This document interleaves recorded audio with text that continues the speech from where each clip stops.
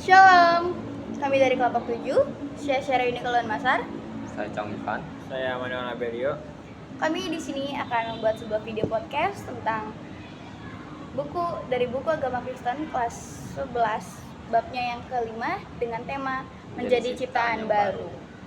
Nah, dengan dasar Alkitabnya yang terambil dalam 2 Korintus 5 ayat 16 sampai 21 dan dengan tujuan pembelajaran yang pertama adalah menganalisis cara Allah memperbaharui keluarga Kristen. Yang kedua, membuat video singkat tentang keluarga Allah yang takut pada Allah. 3. Mempresentasikan kajian tentang kehidupan keluarga yang diperbarui Allah. Nah, sebelum kita mulai nih, aku mau nanya sih sama kalian nih, apa sih arti dari menjadi ciptaan baru itu? Menurut saya menjadi ciptaan yang baru itu seperti kita seperti bertaubat gitu, seperti kita meninggalkan kehidupan kita yang lama yang penuh dosa menjadi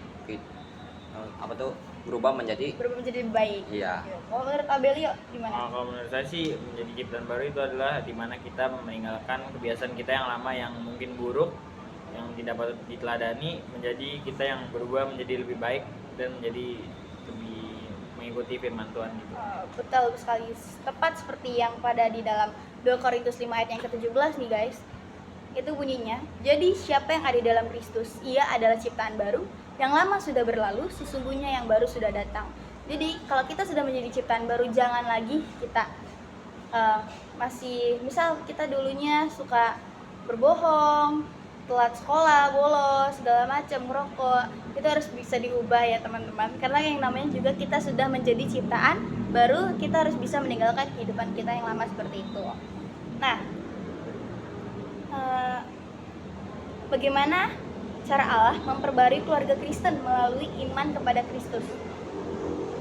Mungkin cara memperbarui keluarga Kristen itu kita mulai mungkin dari kepala keluarga dulu ya, dari ayah, bisa dari ibu juga. Karena itu mereka itu merupakan wakil Allah di bumi. Jadi apa yang kita lakukan di bumi itu tercermin dari apa yang wakil Allah lakukan atau orang tua kita lakukan.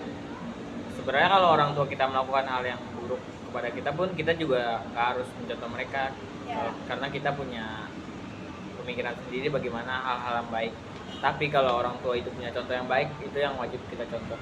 Nah, betul guys. Jadi kalau misalnya emang orang tua itu kan peranan Allah ya yang ada di bumi. Nah, tapi kalau orang tua kita salah, jangan sampai kita ikutin karena itu tidak baik. Nah, menurut Kak Ivan nih, apa saja sih tanda-tanda keluarga yang takut akan Allah? Takut akan Allah. Ya. Ya seperti kita tahu kan Allah itu kan Maha Esa. Ya. Jadi kita jelas harus takut kepada Dia, bukan berarti takut kayak takut ngeliatin hantu ya, tapi takut akan kehebatannya. Betul, bagus banget jawabannya ya guys. Terus nih, kenapa ya penting bagi keluarga Kristen itu untuk terus diperbarui oleh Allah? Kenapa tuh? Kayak kita keluarga Kristen itu harus penting banget buat diperbarui oleh Allah. Alasannya apa? Ada yang tahu nggak sih alasan itu kenapa? Kalau menurut saya, kan kita kan semakin dewasa kan, kita semakin bertumbuh dewasa, kita sudah tahu dong harus bisa berpikir yang mana yang salah, mana yang benar. Jadi kita harus sebelum bertindak harus berpikir seperti bab yang lalu, menjadi pribadi yang dewasa seperti itu. Oke, betul banget nih guys.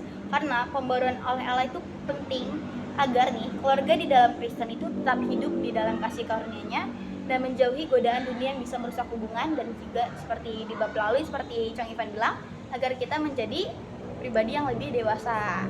Nah, terus nih menurut Abel nih, apa aja sih langkah praktis yang dapat dilakukan oleh keluarga untuk kita tuh mendekatkan diri kepada Allah dan hidup sebagai ciptaan yang baru? Ya mungkin mulai dari hal-hal yang kecil aja, kayak kita udah mulai dalam lingkup keluarga gitu ya, kita udah mulai berdoa bersama, membaca firman bersama-sama bergantian, saling menghargai, saling menghormati. Dari hal-hal kecil aja sih nanti juga bisa berubah jadi besar. Ya, betul sekali, jawabannya sangat amat bagus ya teman-teman. Jadi langkah-langkah praktisnya itu seperti tadi yang Manuel Abelio bilang, kalau ya dimulai dari beribadah bareng, berdoa bareng gitu kan. Terus nih, pertanyaan berikutnya, apa yang dimaksud dengan pelayanan rekonsiliasi dalam konteks keluarga Kristen dan bagaimana keluarga bisa menerapkannya?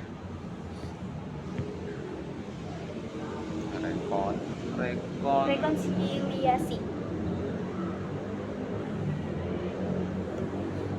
Eh, kalau di sini ya kayak pelayanan itu membantu mendamaikan hubungan yang retak atau rusak, seperti misalnya bermusuhan dengan orang lain, kita sebagai orang yang tengah bisa menyatukan hubungan itu Ya, kembali. karena seperti menceritakan kasih Allah yang bisa Hmm.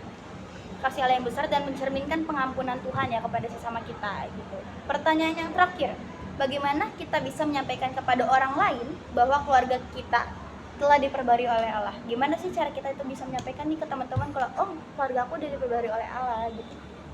Caranya Mungkin gimana ya? dari cara kita nggak bisa membanggakan diri kita sendiri Ya. di depan orang lain gitu. Mungkin Betul. kita harus membuat mereka sadar akan keberadaan keluarga kita gitu. Jadi keluarga mereka tuh jadi terinspirasi buat jadi lebih baik kayak keluarga kita, kayak oh kita lihat keluarga ini dia sekarang udah rajin ibadah, saling memaafkan gitu. Kita harus contoh juga begitu. Jadi nggak kita yang menyombongkan diri gitu, Ya, tapi mereka betul yang sekali. lihat sendiri. Ya, jadi guys, bener banget yang Abel bilang, cara kita menunjukkan atau menyampaikan sama orang lain bahwa keluarga kita itu telah diperbarui, ya bukan dengan cara menyombongkan diri, melainkan dengan menunjukkan sikap kita, menunjukkan perlakuan kita yang dimana kalau kita itu udah diperbarui.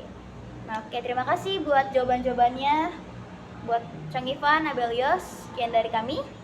Terima kasih, Tuhan Yesus memberkati.